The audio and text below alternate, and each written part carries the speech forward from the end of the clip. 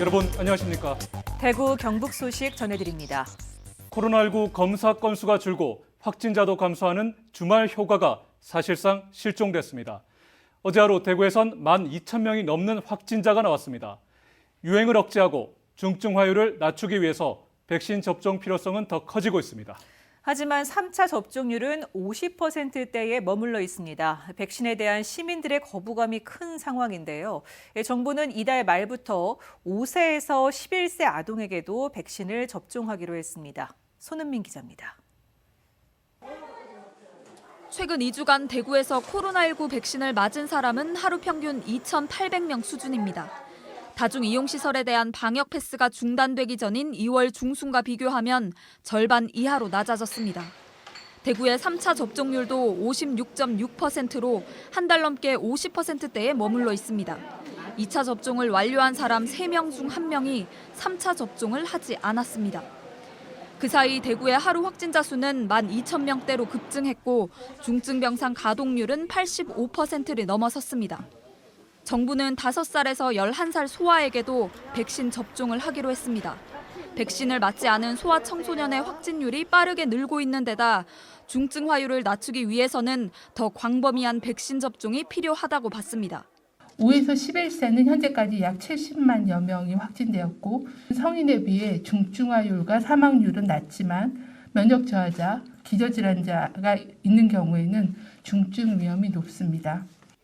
오는 24일 사전 예약을 받고 31일부터 접종을 합니다.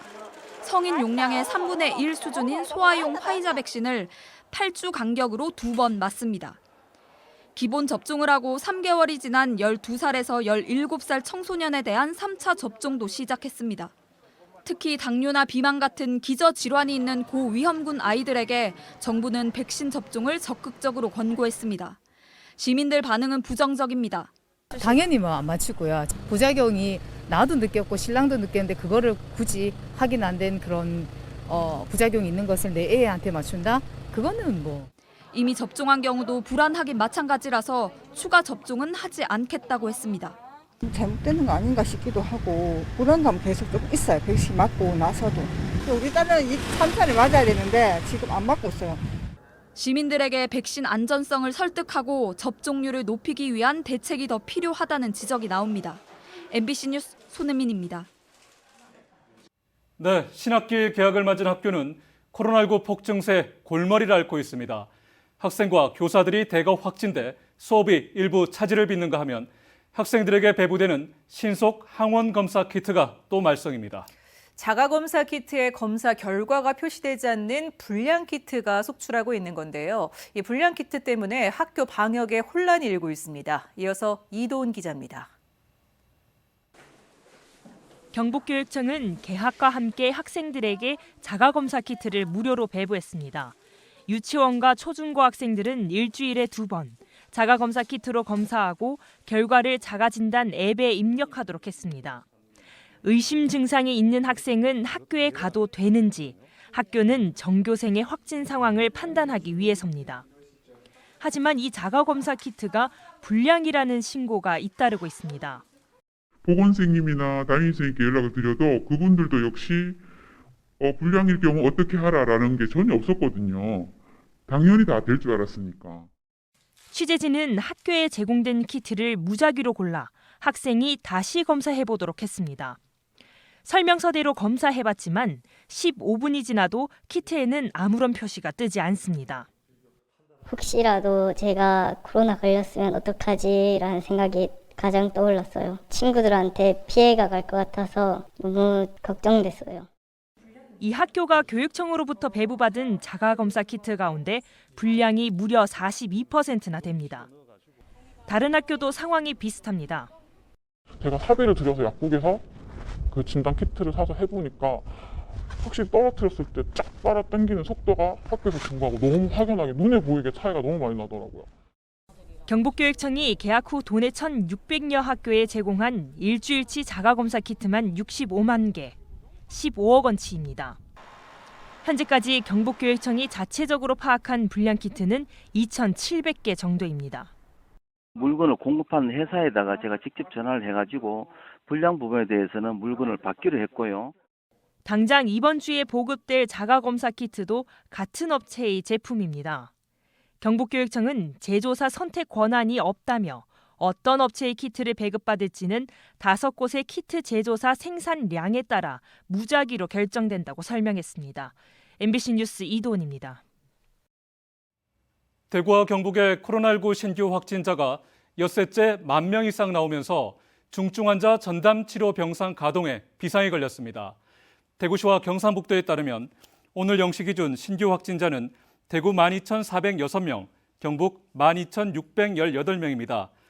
노약자를 중심으로 중증 환자 급증해 대구의 중증 환자 전담 치료 병상 288개 가운데 246개가 차면서 현재 42개 병상만 남았고 경북은 중증 병상 가동률 57.8%입니다. 대구시는 오늘 중증 환자 병상을 34개 더 만들고 이번 주 안에 18개 병상을 추가로 확보할 계획입니다. 네, 대선이 끝나자마자 새 정부의 인수위원회 구성도 속도를 내고 있습니다. 여기서 대구 경북이 눈여겨봐야 할 대목이 있죠. 지역균형발전 특별위원회입니다. 역대 대통령 인수위원회 최초로 지역 발전을 위한 조직이 만들어진 건데 전국의 지자체가 지역 현안을 국정과제에 반영하기 위해서 총력을 다할 것으로 보여 대구 경북의 차별화된 전략 마련이 필요합니다. 권윤수 기자가 보도합니다. 윤석열 대통령 당선인은 대통령직 인수위원회에 지역균형발전 특별위원회를 구성했습니다. 위원장에 김병준 전 자유한국당 비상대책위원장을 임명했습니다. 김 전 비대위원장은 노무현 정부 시절 청와대 정책실장, 대통령 정책특보 등을 지냈고 부동산 정책과 신행정수도 정책을 구상해 지역균형발전 정책 전문가로 여겨집니다. 지역균형발전특위는 국민의힘 소속 광역자치단체장들이 먼저 건의해 윤 당선인이 받아들인 것입니다. 전국 17개 시도청의 협조가 구해지는 대로 균형발전 의견을 수렴을 하고 이를 새 정부에 반영을 할 예정입니다. 새 정부가 지역 균형 발전에 대한 의지를 보이자 대구시는 현안 사업 추진에 희망을 걸고 있습니다. 특히 권영진 시장님께서 강력하게 건의하신 걸로 압니다. 아마 이 TF를 통해서 지역별로 발전 방향들을 좀 더 구체적으로 중앙정부가 좀 획기적인 방향으로 진행해 나갈 수 있지 않을까 그렇게 생각을 합니다. 대구시는 인수위 분과별로 국정과제를 선정하기 위한 절차가 급박하게 이루어질 것으로 예상하고 공약 연계 사업 발굴과 국비 확보를 위해 역량을 집중하고 있습니다. 인구 소멸 위기에 놓인 경상북도는 지역 균형 발전 정책이 더욱 시급합니다. 이미 대통령 선거 전 후보들에게 수도권 인구 분산 국가계획 수립을 촉구하고 주요 국가기관의 지방 이전을 건의했습니다. 지역 균형 발전 특위가 구성되자 크게 환영하며 인력 파견 등에 적극적으로 협조하기로 했습니다. 경상북도는 기획조정실을 중심으로 산업경제와 균형발전, 지속가능, 문화관광 등 4개 분과 중심의 차기 정부 국정과제 범실국 대응체계를 구축하고 대구경북연구원에 연구지원단을 만들었습니다. MBC 뉴스 권현수입니다. 네, 20대 대선에선 여야 모두 상대의 텃밭에 공을 들이며 지역주의 벽을 넘어서겠다는 강한 의지를 보였습니다.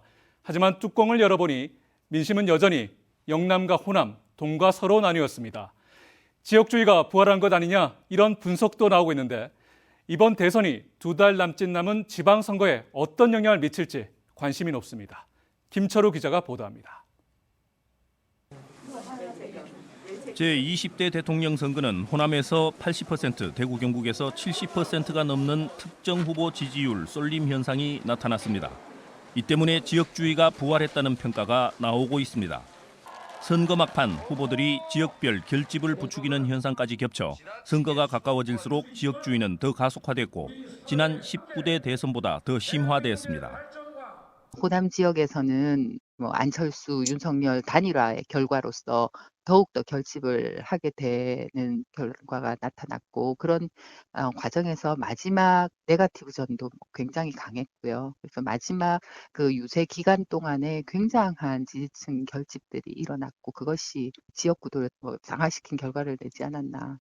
이런 추세가 이제 석 달 남짓 남은 지방선거에도 어떻게 반영될지 관전 포인트입니다. 윤석열 당선인이 취임하는 오는 5월 10일까지 두 달의 기간이 본격적인 지방선거 운동 기간과 겹친다는 점도 변수입니다. 이 시기는 새롭게 집권 여당이 된 국민의힘과 하루아침에 야당이 된 더불어민주당이 정권 이양을 두고 협력해야 하는 이른바 허니문이라 불리는 기간입니다. 따라서 집권 여당에 힘을 실어주는 방향으로 흘러갈 가능성이 있다는 전망도 나옵니다.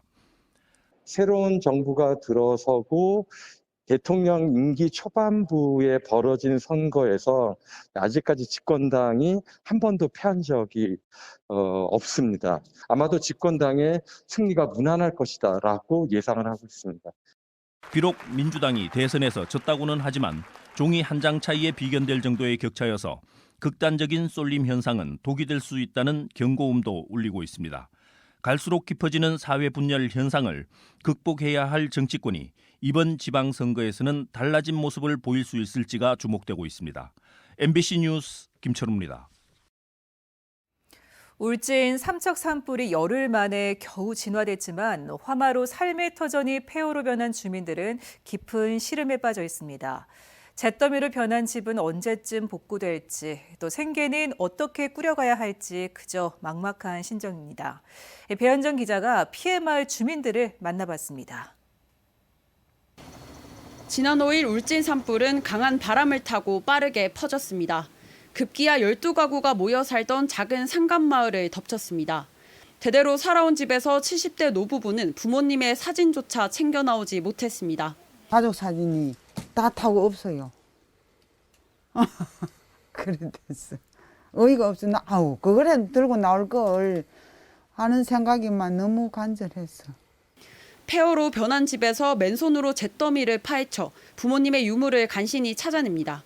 앞으로도 이거를 찾아가지고 깨끗하게 닦아가지고 또 쓸다고요. 집도 집이지만 올해 농사도 걱정입니다. 이 농기계 창고인데 화마가 얼마나 거세게 휩쓸고 갔는지 올해 농사에 사용될 농기계가 거먹게 그을려지고 형체를 알아보기 힘들 정도입니다. 지난 1월 심어둔 고추 모종 6,000포기도 남김없이 불에 타버렸습니다. 모든 종자 같은 게 이제 곧 이제 파종 시기가 됐는데 이 종자 같은 것도 거의 다 뭐 태워버렸어요. 그게 걱정입니다, 지금.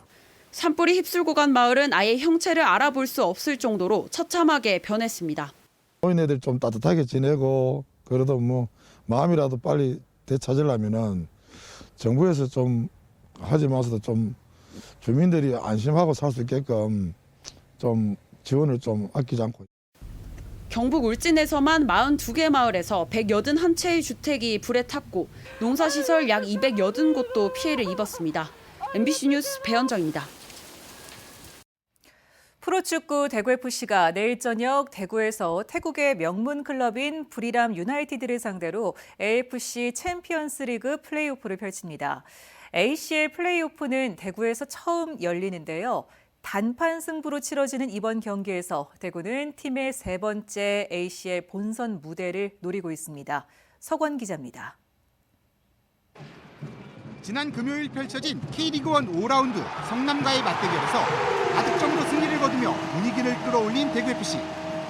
팀의 공격 라인의 핵심, 브라질 선수들의 득점포가 터진 부분은 주요했습니다. 이날 선취골을 허용하는 빌미를 내줬던 라마스의 K리그1 무대 첫 득점은 그래서 더 인상적이었는데요. E falei, essa bola tem que entrar. E graças a Deus consegui fazer ela entrar aí no terceiro toque. Foi difícil, mas saiu esse gol aí suado. Podia ter saído mais, mas trabalhar para nos próximos jogos sair. 초반 무진 탈출의 신호탄이 된 홈 2연승으로 리그 승리를 6위까지 끌어올린 대구FC. 다가오는 도전의 무대는 AFC 챔피언스 리그 플레이오프입니다. 올해부터 대구의 지휘봉을 잡은 가마 감독은 전 소속팀 태국 부리람 유나이티드를 상대하는 만큼 승리에 대한 절실함도 큽니다. Mas eu tô super motivado para esse jogo, é um jogo que eu não posso mentir, já sonho com ele há bastante tempo. Acredito bastante no meu time. E a gente quer passar de fase como Buriram, mas a gente tem que fazer o nosso melhor para poder fazer um grande jogo. Então, 지난해 창단 첫 16강 진출에 성공했던 ACL에서 올해는 어디까지 올라갈 수 있을지 그 긴 여정을 향한 도전이 시작됩니다. MBC 서건입니다. 주말부터 내린 단비에 산불도 잦아들고 한 달째 이어진 건조특보도 모두 해제됐습니다. 긴 겨울 가뭄 동안 농민들도 누구보다 비 소식을 애타게 기다렸는데요. 하지만 가뭄을 완전히 해소하기에는 부족합니다. 김서연 기자입니다. 우리나라 토종 마늘인 한지 마늘 주산지인 의성의 한 마늘밭. 간밤에 내린 비로 메말랐던 땅이 촉촉하게 젖어들었고 초록빛의 마늘싹은 수분을 머금고 싱그러움을 더합니다. 긴 겨울 가뭄 끝에 내린 단비에 농민들도 한시름을 덜었습니다. 정말로 애타게 비를 기다렸는데 겨울 가뭄이 이렇게 심한 적은 처음 보는 것 같습니다. 참 금비입니다, 금비. 지난 석 달간 의성의 누적 강수량은 0.9mm. 지난 1973년 기상 관측을 시작한 이래 가장 비가 적게 온 겨울이었습니다. 우리나라의 지난 겨울 강수량은 반세기 동안 역대 최저치인 평균 13.3mm. 상주, 영주 등 경북 북부 지역은 이보다 훨씬 더 적었고 심지어 영양은 0mm를 기록했습니다. 겨울 가뭄과 저온 현상이 길어지다 보니 마늘의 생장도 더뎌졌습니다.